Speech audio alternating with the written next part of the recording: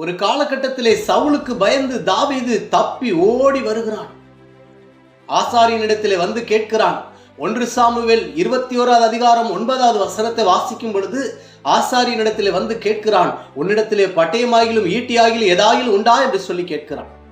அப்பொழுது ஆசாரியன் சொல்லுகிறான், என்னிடத்திலே பட்டயமோ ஈட்டியோ ஒன்றுமில்லை, ஆனால் ஏலா பள்ளத்தாக்கில் ஒன்றாயே அந்த பெலிஸ்தியனாகிய கோலியாத்தினுடைய பட்டயம் என்னிடத்திலே துணிகளால் சுத்தப்பட்டு இருக்கிறது என்று சொல்லுகிறான்.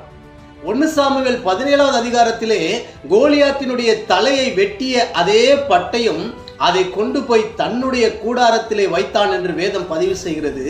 அதே 1 சாமுவேல் 21வது அதிகாரத்துக்கு வரும் பொழுது அந்த பட்டயம் கர்த்தருடைய ஆலயத்திலே கர்த்தருடைய கூடாரத்திலே வந்து இருக்கிறது என்று சொல்லி வாசி. தாவீது பெலிஸ்தீனாகிய கோலியாத்தினுடைய தலையை கொண்டு போய் கீழ்கோவாவிலே வைத்து விட்டார். அங்கேதான் சவுல் இருக்கிறார்.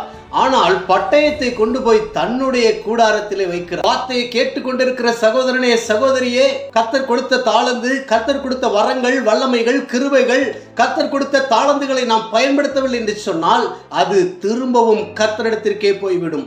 தேவ பிள்ளைகளே, இன்றே எழும்புவோம், கர்த்தருக்காக ஊழியம் செய்வோம், சுவிசேஷம் அறிவிப்போம். இயேசு சீக்கிரம் வருகிறார். இன்றே உங்கள் பட்டயமாகிய வேதத்தை எடுத்துக்கொள்ளுங்கள்.